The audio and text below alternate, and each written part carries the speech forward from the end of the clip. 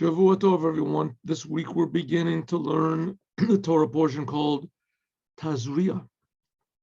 And there are some years, most years, when it's joined to next week's Torah portion as well. So we read twice as much on Shabbat. And we have to do what they call the chitas, the Torah portion every day that we in Chabad learn, which corresponds to the people who get called up on Shabbat, 7 people. Each one gets called up to a different portion of the reading. This year it's like half as long because we only read just one Torah portion, Tazria.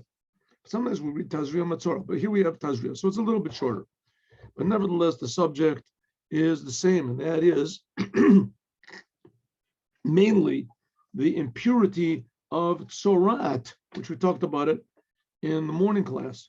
The strange Torah impurity. Can't really call it a disease. I don't think people that have Tzorat feel pain or anything like that or discomfort. But the main thing of Tzorat is a spiritual impurity, like touching a dead body or you can't feel anything different, but the person is nevertheless impure. And this impurity of Tzorat is not much different. Not much different. It's an impurity, and it is very, very severe type of an impurity. Also, even in an ohel, it says it's impure. So, without further ado, let's go. And the disease does not exist anymore today. We learned in Hasidut class in the morning why, because generally speaking, this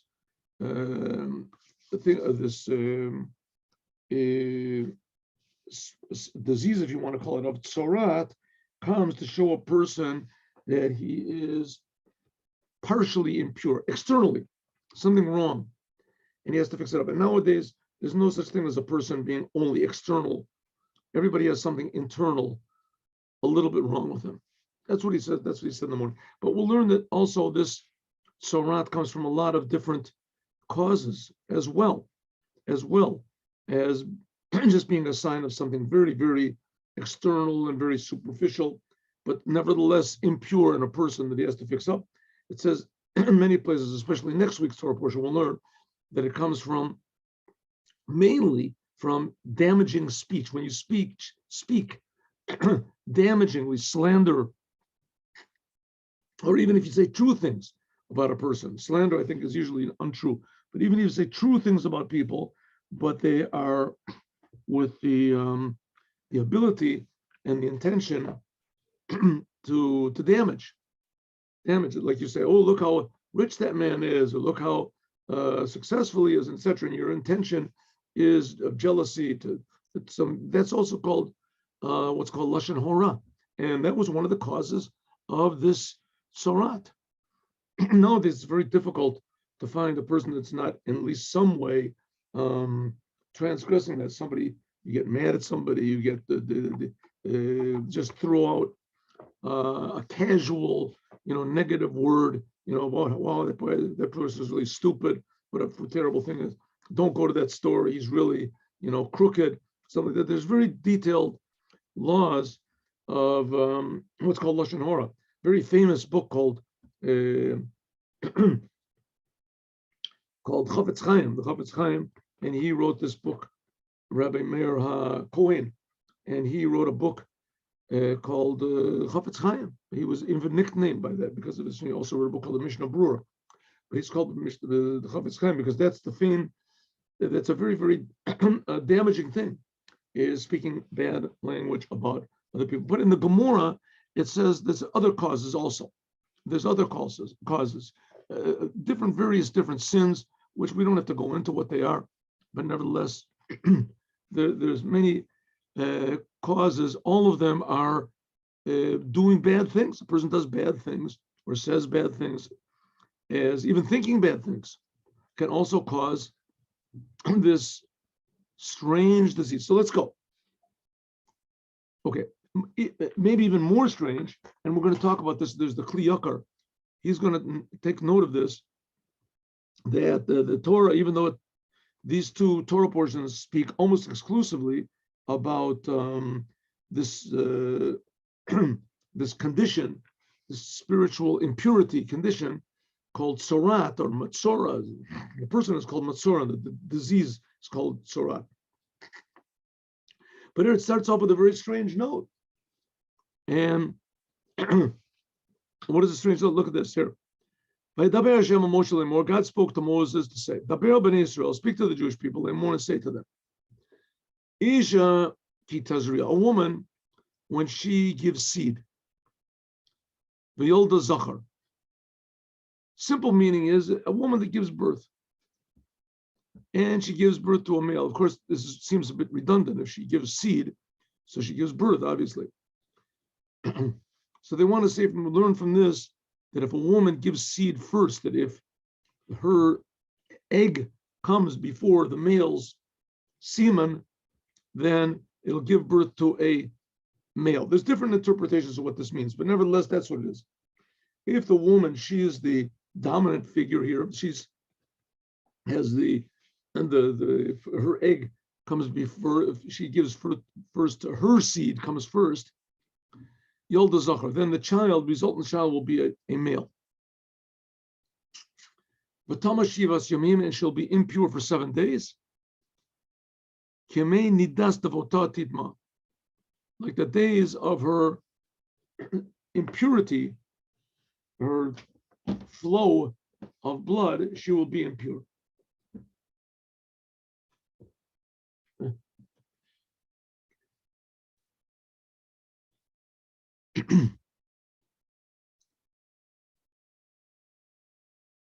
We'll see what Rashi has to say about this. A woman, Omer Reb Smalai, Keshem Shiyatzirata Shel Adam, just like man was created last thing in creation, right? Man and animals, according to the Bible, man and animals were created not through evolution. They were created miraculously. And man was last. They were both created on the 6th day of creation. Man was created last. So just like man was created after the animals, Chaya b'of, and the beasts and the birds, of Maisa Bereshis, Kach also Torato, the law of the impurity of man, is explained after the laws of animals, beasts, and birds. Remember last week, we learned about what animals you can eat, what you can't eat, what birds you can eat, what birds you can't eat, what fish you can eat, what fish you can't eat. So last week we learned about animals that are permissible. What makes what's called a pure animal, an impure animal. This week, we're learning about what makes man impure. Man impure. So just as the man was created last, so also the laws of his purity, they're also last. We'll deal with this after the Tazria.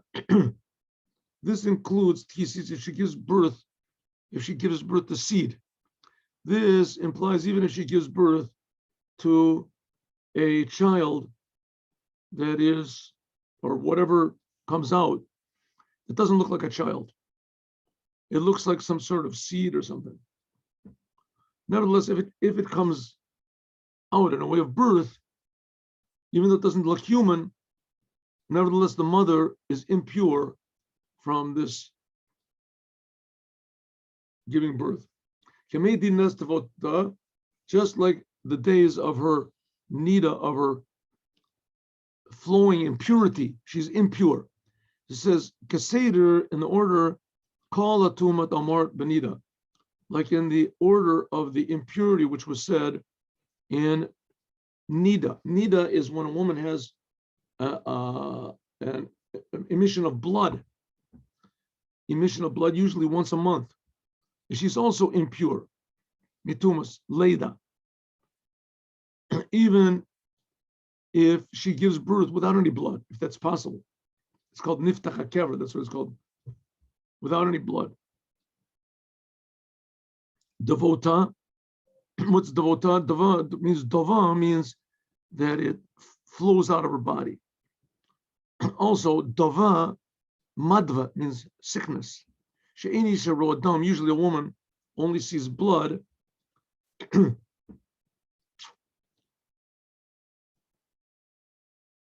seeing of blood is accompanied by Rosha ve'avorov, that her head, her body, and her limbs feel heavy on her, feels uncomfortable. Right? Usually that's what it is. Okay, what happens if a woman gives birth? So if she gives birth to a male, so immediately she's impure 7 days. That just like if a woman sees a drop of blood, she's also impure to her husband for 7 days.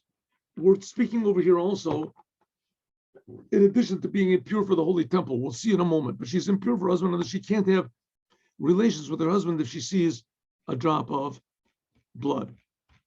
Next sentence, on the 8th day, Yimol basar laso, and on the 8th day, you circumcise the flesh, the foreskin of the child. Okay, we're going to see the Kli Ykar, and others are going to take note of this. This apparently has absolutely no reason to be here. On the 8th day, the child is circumcised. What do you have to tell us? First of all, the commandment of circumcision is already given to Abraham, and it's mentioned in Abraham.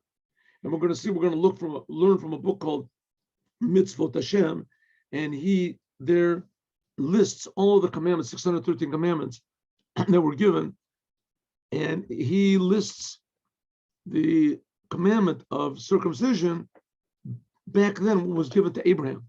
There's others that say that no, that Abraham got the circumcision, that wasn't the commandment that we do. That was commandment for Abraham, but the commandment for us after the giving of the Torah, that's here. That's here. However it is, this is not in the right place. That's got no business to be here. What is this telling us? Why is it coming to tell us that on the 8th day, you circumcise the flesh, you circumcise your children? If it's a male, a Jew must circumcise his child in the 8th day. There's conditions of the child is sick, you don't do it, etc. But nevertheless, that's the commandment. And even if it's on Shabbat, you have to circumcise him even on Shabbat, even though it's forbidden to make a cut on Shabbat or to draw blood. But for circumcision, you do take it. Good, that's very nice, all these things, but why put it here? What's it got to do with being over here? And it's true that God can do whatever he wants to. I mean, he can put whatever he wants to in the Torah. We're going to see in just a couple of weeks, we're going to learn Parshas Kedoshim. Kedoshim, there's many commandments, apparently unrelated one to the other. We'll see that there's a relationship between them also, but generally speaking, God can list the commandments however he wants. But nevertheless, everything in the Torah is very exact, and the question begs to be asked and begs to be answered. Why did God put this commandment of circumcision over here? Okay, we're going to talk about that in a moment. And then after that, after these 7 days, so 33 days, she sits on what's called clean blood. Clean blood. What does it mean, clean blood? But called Kodesh Lotiga. She's not allowed to go into the holy. She's not allowed to touch any holy things. Like if her husband is a Kohen, can't touch Truma and things like this. In the holy temple, she can't go until she finishes these 40 days, 7 days for the child, and then 33 days afterwards is added on. We're going to see that if she gives birth to a female, it's twice as much. Female, it's twice as much. It's going to be 80 days altogether. Want to see? Watch. If she gives birth to a female, then she's impure for 14 days. Kanidasa. 14 days. And then 66 more days, she has to sit on this, what's called clean blood. So 66 and 14 is 80. It's twice as much. Why? What? So it says, when these days are finished, then she brings a sacrifice, etc. What is a sacrifice? And we're going to talk about this, what the sacrifice is afterwards. Nevertheless, first of all, it's not talking at all about the main topic over here, which is Orbutzro, Seito Sapakar Beretz, this thing of Metzora, different shades of white the discoloration of the skin, and with hair on it. That's all very, very complicated laws that we're going to talk about tomorrow. So what is the introduction of the Metzora laws? How did that get to be the thing about giving birth to a child and especially circumcising the child? Why? All right, we're going to learn that. Just a couple of minutes, I hope, God willing, we're going to learn. But let us just take a flip look over here, just one moment. Before we start to learn, I want to learn this also. Kli Ykar over here. Let's just take a quick look at this.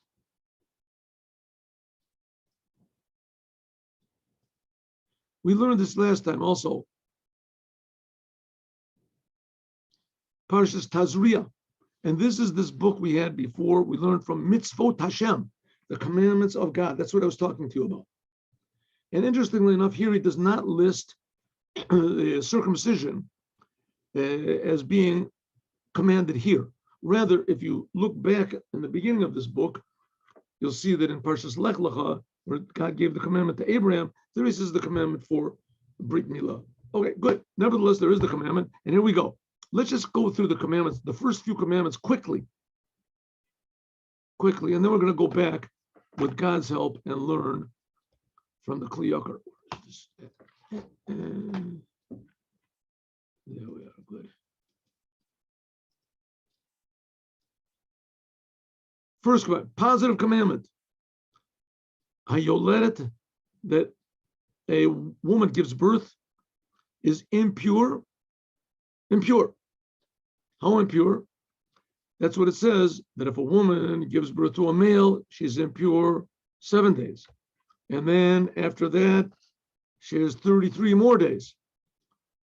If she gives birth to a female, then she's initially impure for 14 days. And afterwards, she is added 66 days. So for a male, altogether, she's impure 40 days. And for a female, she's impure altogether for 80 days. Okay, details tomorrow. We'll learn some details. Let's just do the next commandment.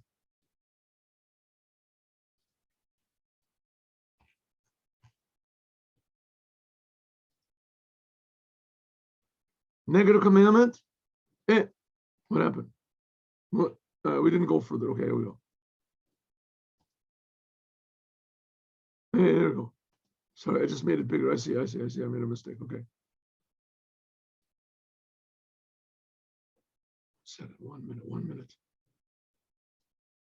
Yes. Okay. Good.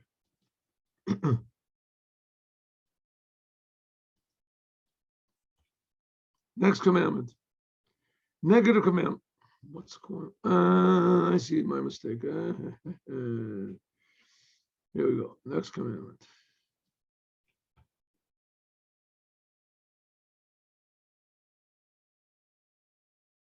An impure person is not allowed to eat holy objects, like it says, "Kol kodesh lo tiga." But she's not only she's impure, she can't go into the holy temple, but she cannot eat anything. Also, and when she gets pure, when she gets when she purifies herself and goes to the mikveh, etc., she waits for her 40 days for a male or her 60 days, and then she makes a sacrifice when the days are finished, like it says in the days of her impurity, and etc. She comes and she makes a sacrifice. For a male, this is the 41st day, and for the female, it is the 81st day. Then she makes these sacrifices. And then we have the laws of the Metzora. Good? Yes. Let's go back now to the Torah portion.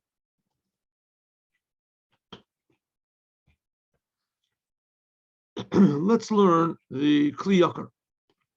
Very interesting. Kli Ykar, as we said before, he lived in the time of the Maharal of Prague, and he was a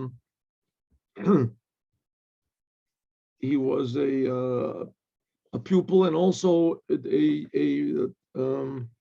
equal to the Maharal of Prague, and he became the rabbi of Prague after the Maharal passed away. The Maharal was older. And he was the Maharal of Prague is the one who made a human being that he couldn't speak, which also in the Gemara it says that Reb Zera also made a human being. So Rabba made a human being. So it's possible, but he couldn't speak. Nevertheless, these people were tremendously holy. He lived about like 50 years ago. Is that right? Yeah, around there. Ishaki Tazria v'Yolda Zachar, 400 years ago. Ishaki Tazria v'Yolda Zachar. Here's the Kli Ykar. Omer Razal, the rabbis say, Ish Mazriya Techila. If the man gives seed first, then he gives birth to then the baby will be feminine, will be a female. Isha Mazras Techila. If a woman gives seed first, then she gives birth to a male. From Mefarshim, and the commentaries wrote different things over here. Come along, Kashali. I've got a question. Ma tzorich lodat inyan. What is it necessary to inform us of this in this Torah portion? That this Torah portion is talking about the tuma of a yoledes, 7 days for a male, 14 days for a female. All of a sudden it says circumcises. We have to tell him to circumcise himself for. The child has to be circumcised. Why stick that in over here? Here we're talking about impurity. It's got nothing to do with impurity. Or also, Ma'inyan mitzvahs amila. Why also at all do they talk about circumcision over here? That it's possible.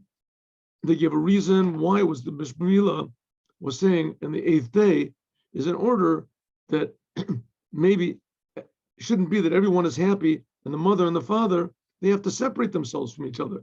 Shari Yeshlo Tuma, she's got impurity 7 days. I made a mistake a little bit. I'm sorry. First thing is, why does it come and tell us that if a man gives seed first, the child is a woman, a female, and if the woman gives seed, then the child is a male. Why let us know that? Question number one. Question number two, why tell us about circumcision over here? Nevertheless, Kedeli Yeshiv Kalakushas, in order to explain this, he says, I want to explain something to you. Omar, I say, Shekol Zeh, that this whole topic of impurity, Nimshach B'derech Teva, all came as a natural result, Minachet Kadom, from the sin of Adam. Kamosh Katuv, like it says, B'tahara Mimakor Dameh, that she has to be purified from the source of her blood flow.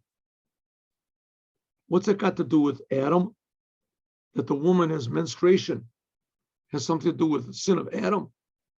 Ki acheta kadom, the first sin of Chava, of Adam's wife, Chava. In English they call her Eve. Who makar niftach tamid. This is what opened up impure blood from a woman. L'chatat v'lenida, for a sin and for nida, in menstruation. Like we say, Omer Reb Yitzchak, it says in the Gemara in Eruvin, Baravdimi, Harbe Arbe Itzvonech. After the woman ate from the tree, so God cursed her and said, I will increase your discomfort. These are the two types of blood of nida and dam betulim, blood which of menstruation and blood from virginity. A woman, when her virginity is taken, whatever is broken from her, the first intercourse she has, is usually there's dam, there's blood. Both of those wouldn't be here if Chava did not sin with the tree. This is also implied in the Yerushalmi, in the Talmud Yerushalmi,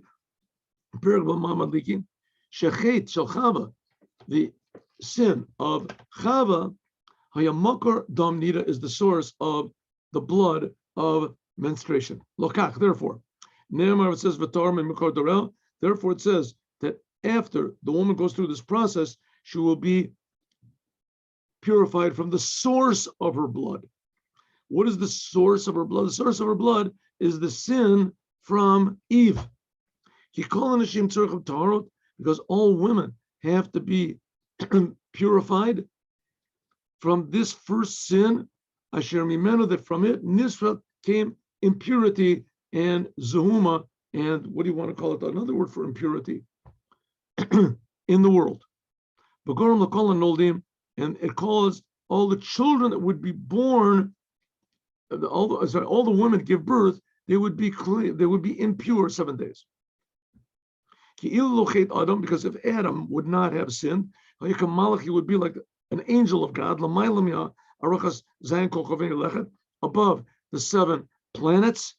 And as soon as he sinned, he removed from himself spirituality of a nafal tachat memshalat ha'ar marachat asher mitzidam, that he fell under the rulership of the the laws of nature, the stars, asher mitzidam nimshacha hatuma, that from them came impurity and death to man. He called the Vargashmi because everything that is physical, nofel tachat mispar zayin kochav ylechet, it comes under the 7 main, what's it called, the planets, the influence of the planets. Bazayan, Yomei Bereshis, and the 7 days of creation. And the number 8, Ruchani, is spiritual. Kihu Lamaila, it is above the number 7, etc. Like we learned last week in Parsha Shmini. Remember Kli Ykar, he asked that question, why do we call it the 7th day of the inauguration? When it's not the 7th day of the, then why do we call it the 8th day rather? It's not the 8th day, there were only 7 days of inauguration. Why do we say Yom HaShmini? The whole Torah's portion is called Shmini, to show us that it's above nature. Okay, so what is the Kli Ykar saying over here?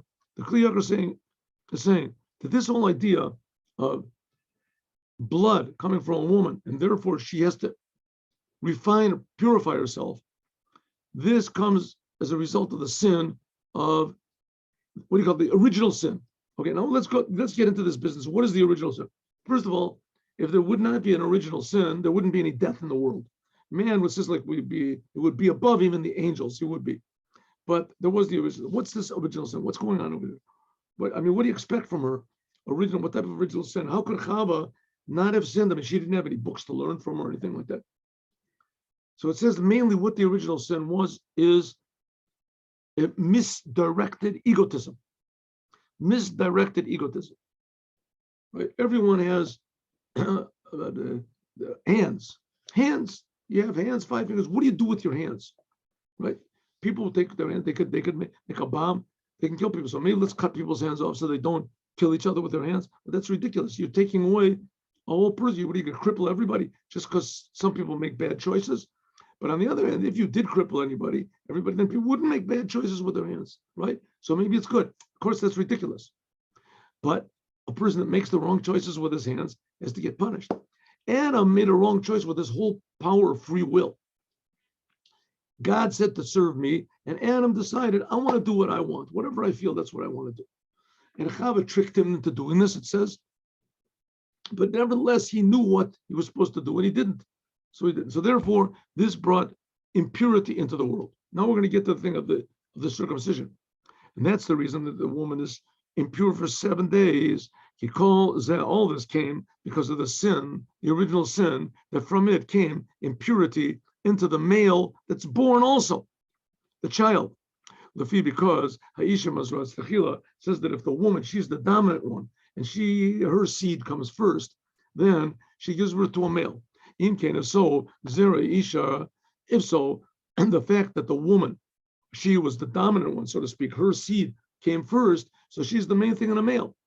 The male that's born, he therefore takes a little bit of this impurity of the woman. We don't worry about what was the father, because he's, so to speak, secondary.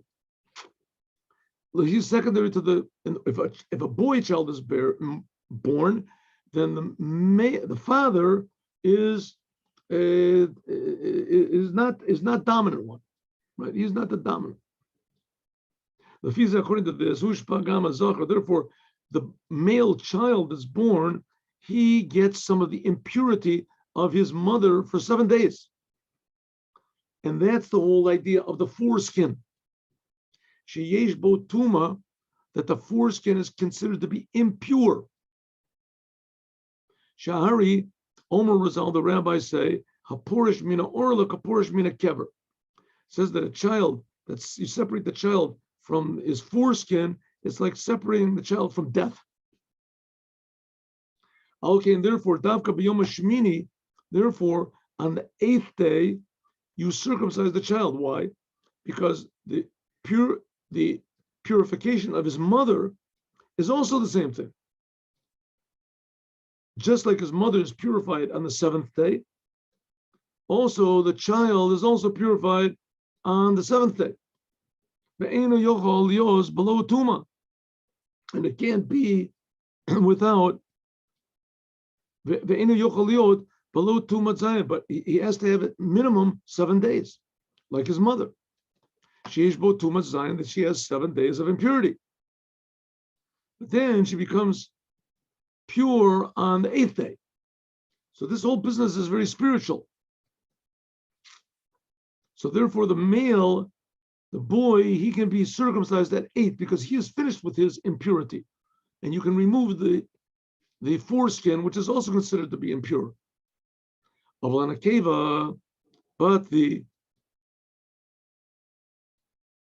if the child that's given birth is a feminine, is a female, a girl, Shazera ish ikar, that the man's seed then is considered to be the dominant.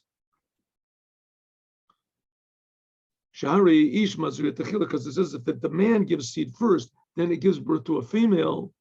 Kashem she'ein l'zachar shum tuma, just like the man, he doesn't have this 7 days of impurity. He hasn't got any blood. Kidav kal chava, only on Chava, on Eve, was given the nachash. It says that the snake put the impurity. Lo adam, not on man. Kach also ein l'nekeva les shum tuma.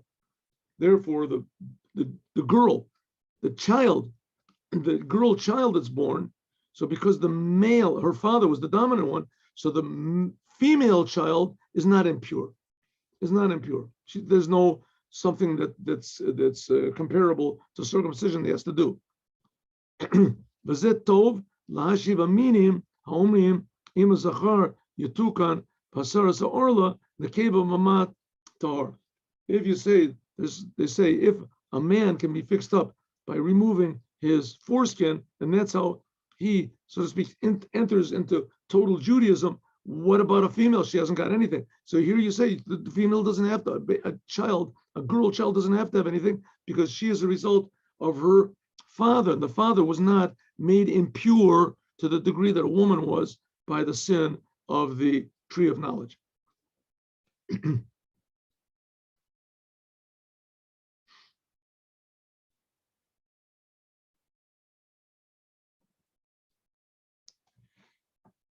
Okay, on the 8th day, is circumcised the flesh of his foreskin. Says Balaturim, this sentence has exactly the number of words and letters as Vayachulu, right? In the creation of the world, it says that God created the world in 6 days. And the end of the 6 days, it says Vayachulu Shemayim v'Oretz v'Chol Tzavam. We see this also in the Kiddush in the nighttime. So it has the exact, this sentence, Ubayom Hashmini Yomo Bosar Laso, has the same number of letters and words as Vayachulu Hashamayim v'Oretz v'Chol Tzavam. Right, these words. So it has the same to tell you, Vayachulu, to tell you that bris milah, circumcision, pushes away Shabbat. That's a Balatorim. He's very good with numbers and gematrias. On the 8th day, you circumcise his flesh. This is the gematria. Shakol hayom yeh kosher lamo. All the 8th day of the child, you can circumcise the child only in the daytime, but the whole entire day is kosher, is okay to circumcise the child. Okay, the Or HaChaim is a beautiful, long Or HaChaim here, but we don't have time to do all of it. To do all of the Or HaChaim. Nevertheless, I'll tell you briefly what he says over here in this, at least the first one. He says, why do we have to say this commandment over here? We already knew it by Abraham. So he says, because you might think that by Abraham, that circumcision that Abraham did, this pushes off Shabbat, but maybe ours doesn't. So it has to repeat it again to tell you that ours also pushes off the Shabbat. Also, he explains a little bit according to Kabbalah that there's 3 levels of circumcision. One level of circumcision is that it reveals God's name that is stamped into the flesh, right? The head of the child's penis is like the letter Yud. So that shows. That's number one. The other one is that Mila is like the father takes the child as a sacrifice in front of God. And the third is that Mila, circumcision, is removing the part of the snake, the serpent, that was injected into the child. Something like with the Aura. So this is hinted at in the 3. So number 1 is the tzaddikim. The circumcision by them reveals the name of God imprinted in the flesh of man. By the normal, regular, ordinary Jews, this is like becoming a sacrifice. Like Abraham took his son Yitzhak to sacrifice him. So the father brings his son and spills a little bit of the blood, right, from his circumcision. And the third is to remove the bad. Right, so he says this hints at, is hinted at by different sentences in the Torah. It says, by the tzaddikim, it's hinted at what it says. So the tzaddikim, it says those who love God. It says yimul. What does it mean? Yud mul. The letter Yud, which is the end of the organ of procreation, that's revealed. Megaleh mul also means to be revealed. By the regular normal Jews, it says Yimul Basar. Yimul Basar. What does it say? Let's see what this sentence it says. On Yom HaShmini, Yimul, this is the Yud gets revealed. That's the tzaddikim. Basar, this refers to like the sacrifice. And Orlato. Let's see how it goes.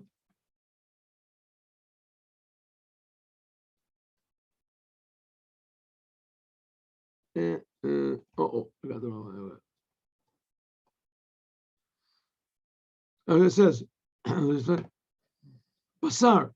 This hints at it's like a sacrifice. Sacrifice, they took the flesh of the animal, just like Yitzhak, Abraham took Isaac and sacrificed him up like a sacrifice. That's Basar.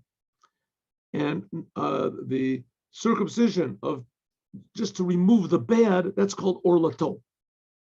Because Orlato, the Orla, the foreskin, this is the bad, selfish part, so to speak, of the child that has to be removed. As we'll talk about more, God willing, tomorrow. Tune in and we'll learn more about the laws of Metzora.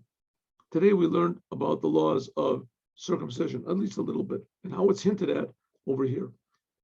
Have a good day with Mashiach. Now, tomorrow, God willing, 8:15 in the morning. Hope to see you all.